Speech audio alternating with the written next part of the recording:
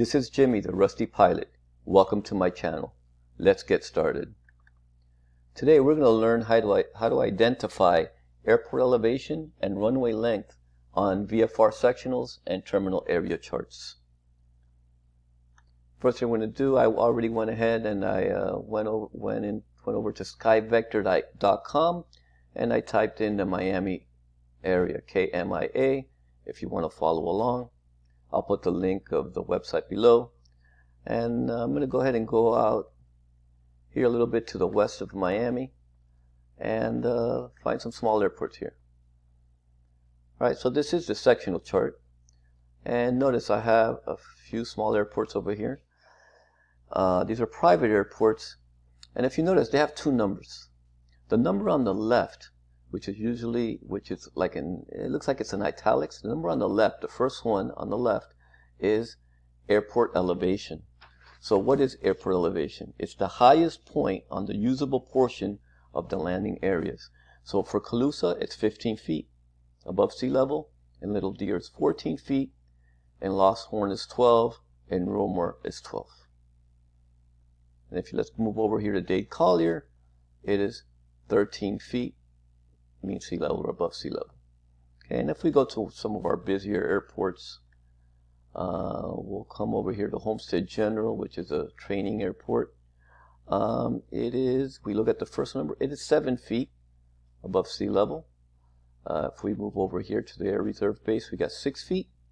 Go over to Miami Executive, if I can find it over here. It is a little bit, let me zoom in a little bit more.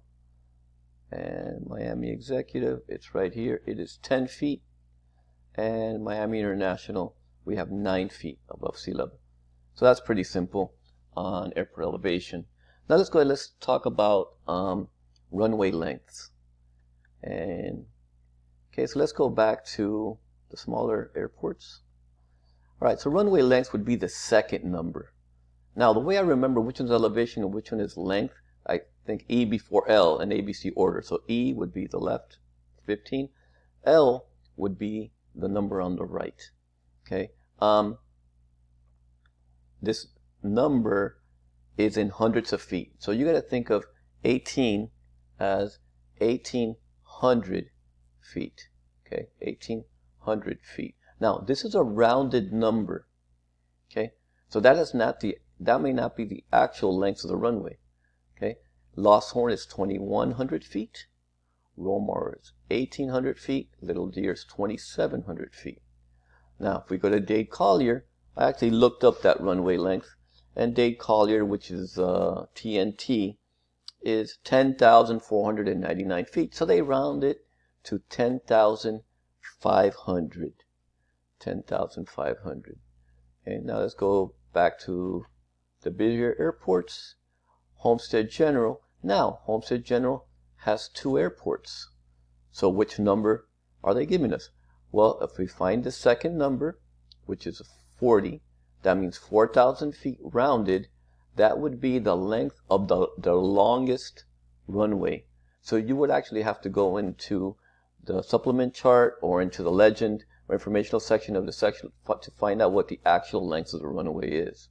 Okay. Now, don't get confused. There's a little L in between both numbers. That has nothing to do with length. That just has to do with lighting. Okay, so you can ignore that L for now. Okay, so we said Homestead General, the longest runway, is rounded to 4,000. Well, here's a nice little private runway out here in the Keys. This is called Ocean Reef Club. It is 4,400 feet rounded. Okay. The Air Reserve Base, it's showing it's rounded to 11,200 feet. Okay, now the cutoff point for rounding is the number 70. Okay, and we'll get to that in a second. Okay, so if there's actually let me go back. If you notice, look at the depiction of the runways here at Homestead and here at Miami Executive.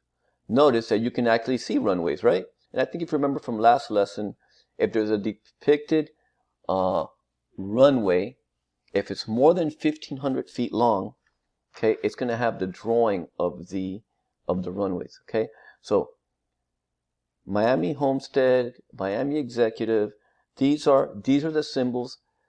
These drawings here is if the runway is between 1,500 and 8,069 feet. Okay, you actually see the drawing of the runway.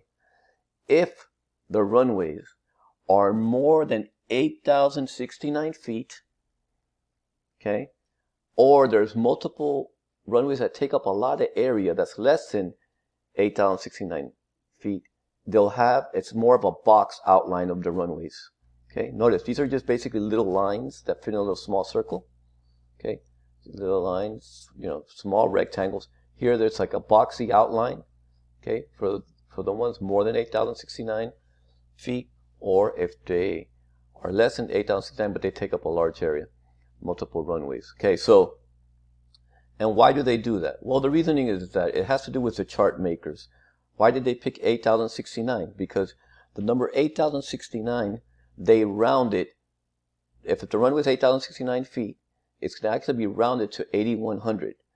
And once they round it to 8,100, when they do the scaling on the map, it will not fit in a little circle. Okay, so once they get to 8,100, it has to be put in a boxy, in this fashion, which looks like a boxy outlines here. Okay, so any runway that's from 1,500 to 8,069 feet, it's going to be a small circle. If more than 8,069, it's going to be these boxy outlines, or they could be less than 8,069, but it's just going to be if there's multiple runways and they can't fit them all in the small circle. And I'll kind of give you an example here how the rounding of the 70. I'm going to actually go ahead and move over to Boston Logan Airport, see if I find it. And Boston Logan, I'm going to zoom in a little bit, if I can get rid of that. And if you notice, okay, there's Boston Logan, length. Okay, the length is, they say 10,100. The actual length of the runway is 10,083. Because it went over 10,070, it goes to the 100. So it's 10,100. Okay, if it would have been 10,069, it would have been 10,000. And if it would have been, let's say, the lone runway, it wouldn't have this boxy depiction. It would have been the depiction in a small circle. Okay, and that's my lesson for today. Please leave any comments, subscribe, and if you would like add any more topics, let me know. Have a good day.